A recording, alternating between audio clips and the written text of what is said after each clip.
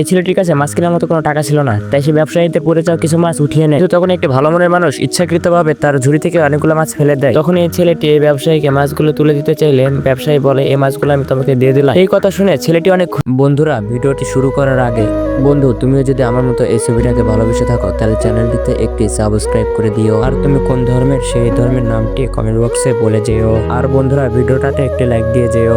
চলো ভিডিওটা শুরু করা যাক। খুশি হয়ে যায়। পরের দিন সকালে ছেলেটি সেই বাজারে এই মাছগুলো ভেজে বিক্রি করতে শুরু করে দেয়। তার ব্যবসাটা অনেক ভালোই চলছিল। ওই রাস্তাতে সেদিন একটি বিদেশি মহিলা হেঁটে যাচ্ছিল। তখনই তার মাছের গ্রানগুলো শুনে অনেক ভালো লাগে। তাই সে একটি মাছ তার বসের জন্য নিয়ে যায়। তার বস ছিল অনেক বড় একটি কর্নেল। কর্নেলটির মাছটি খেয়ে অনেক ভালো লাগে, তাই তার অ্যাসিস্ট্যান্টকে বলে তাকে তার বাড়ি শেফ বানাবে। হেঁটে সকালবেলা সেই ছেলেটিকে এই অফারটি দিলে ছেলেটি সঙ্গে সঙ্গে রাজি হয়ে যায়। পরের দিন সকালে ছেলেটি লাগেজ বেঁধে সে কর্নেলের বাড়ি চলে যায়। ছেলেটি কর্নেলটিকে মাছ রেঁধে দিলে কর্নেলটি সেই মাছটি খেতে শুরু করে। আর তখনই তার গলায় একটি কাঁটা আটকে যায়। বন্ধুরা, নেক্সট পার্ট চাইলে পরে সাবস্ক্রাইব করো।